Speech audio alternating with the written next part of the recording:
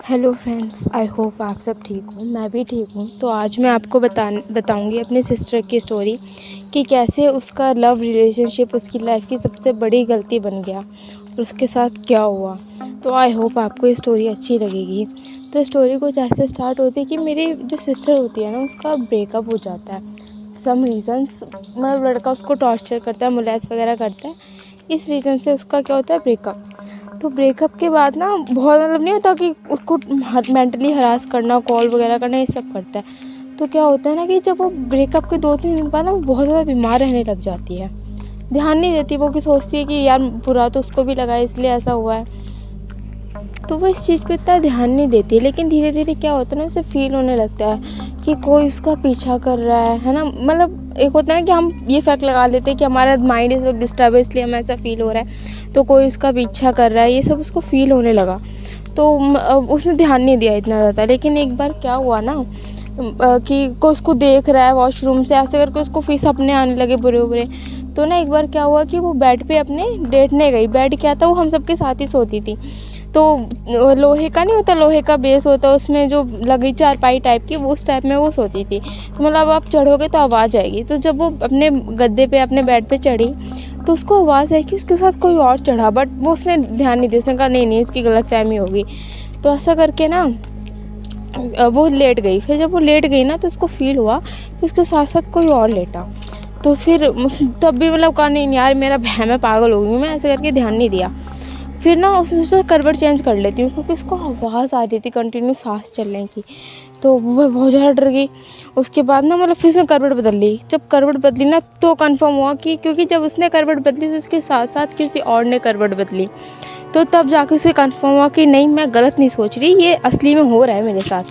तो भाई वो बहुत ज़्यादा डर गई। उसके बाद जब वो चीखी ना, तो उसके साथ साथ सेम आवाज़ में कोई और भी चीखा। तो मतलब फिर ना वो उठी। दो मतलब उस मम्मी पापा ने पूछा कि ठीक है, तू ठीक है।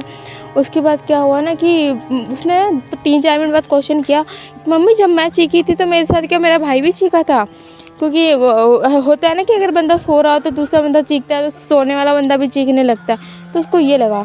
तो उसका भाई बोला कि नहीं नहीं, ऐसा नहीं है, मैं नहीं चीखा। तो उसने मम्मी को बताया, मम्मी जब मैं चीखी ना, मेरे साथ कोई और भी चीखा, मुझे 100% मेरे को आवाज़ आई है। तो फिर उस वक्त तो चलो मम्मी ने कहा छोड़, बुरा ख़राब होगा, इसलिए ऐसा हुआ है। फिर क्या हुआ ना एक दिन कि उसकी खाट ना बहुत तेज तेज हिलने लग पड़ी।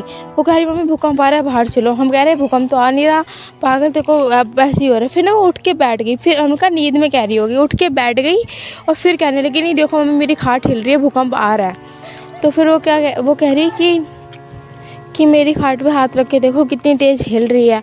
तो पापा गए और जैसे उसकी खाट पे हाथ रखा ना, वो खाट हिलनी बंद हो गई। तो पापा ने बोला चल कोई नहीं, तू ऊपर आ जा। अब ये सब चीज़ ना मम्मी नोटिस करने लग पड़ी थी हमारी, कि नहीं यार हो तो रहा है इसके साथ कुछ ना कुछ। तो मम्मी ना थोड़ी डर गई। फिर उसके साथ मतलब इतना ज़्यादा उसको कहीं भी जाती उसको नेगेटिव फीलिंग ये सब होने लगा। मतलब उसको फील होता है कि उसके साथ कोई है। और बीमार रहने लग पड़ी थी, बहुत ज़्यादा बीमार, हर वक्त बीमार रहती थी, वॉमिटिंग ये सब करना नॉर्मल हो गया था उसके लिए। तो मम्मी ने किसी से बात करी कि मेरी बेटी ना ऐसा ऐसा बीमार हो रही है। ब्रेकअप का नहीं पता, घर में थोड़ी पता होता है।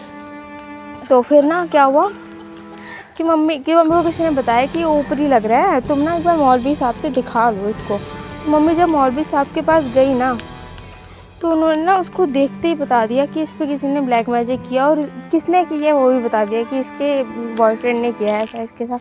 तो मम्मी को जब उसके बारे में पता लगा, फिर मौलवी ने ना तभी सुबीस पढ़ी और उसको बांधा बूंदा और कुछ चीज़ें दी कि ऐसे यूज़ करना। थोड़ी रख होती है, रख मतलब कि लिमिट दी कि मतलब इस पीरियड में ये चीज़ें तुम्हें नहीं करनी है, ऐसी रख वगैरह दी, लिमिट्स वगैरह दी उसको। तब जाके वो थोड़ा ठीक हुई। और फिर 2-3 चक्कर और मौलवी के काटे थे, फिर जाके वो ठीक हुई। उसे मतलब जो उसने तावीज़ है वो अभी भी पहनती है। तो ये सब उसको दिया, अब जाके वो ठीक हुई। तो मैं आपको ये बताना चाहती हूँ कि ये उसकी लाइफ का सबसे हॉरर एक्सपीरियंस था जो उसने फ़ील किया उन दिनों। उसके बाद फिर जब से लेके आज तक वो ऐसे रिलेशन से कटती है, डरती है कि मतलब किसी को ना हमें अपनी पर्सनल सामान देना नहीं चाहिए, क्योंकि हमें नहीं पता नेक्स्ट बंदा उस वक्त लव कर रहा और जब गुस्से में होगा तो क्या कर सकता है आपके साथ। उस लड़के के पास मेरी बहन का पर्सनल सामान था, इसलिए उसके साथ ऐसा हुआ। तो प्लीज़ यार, किसी पे ना इतना ज़्यादा ट्रस्ट करना चाहिए ही नहीं है आपको। तो आई होप आपको ये स्टोरी अच्छी लगेगी।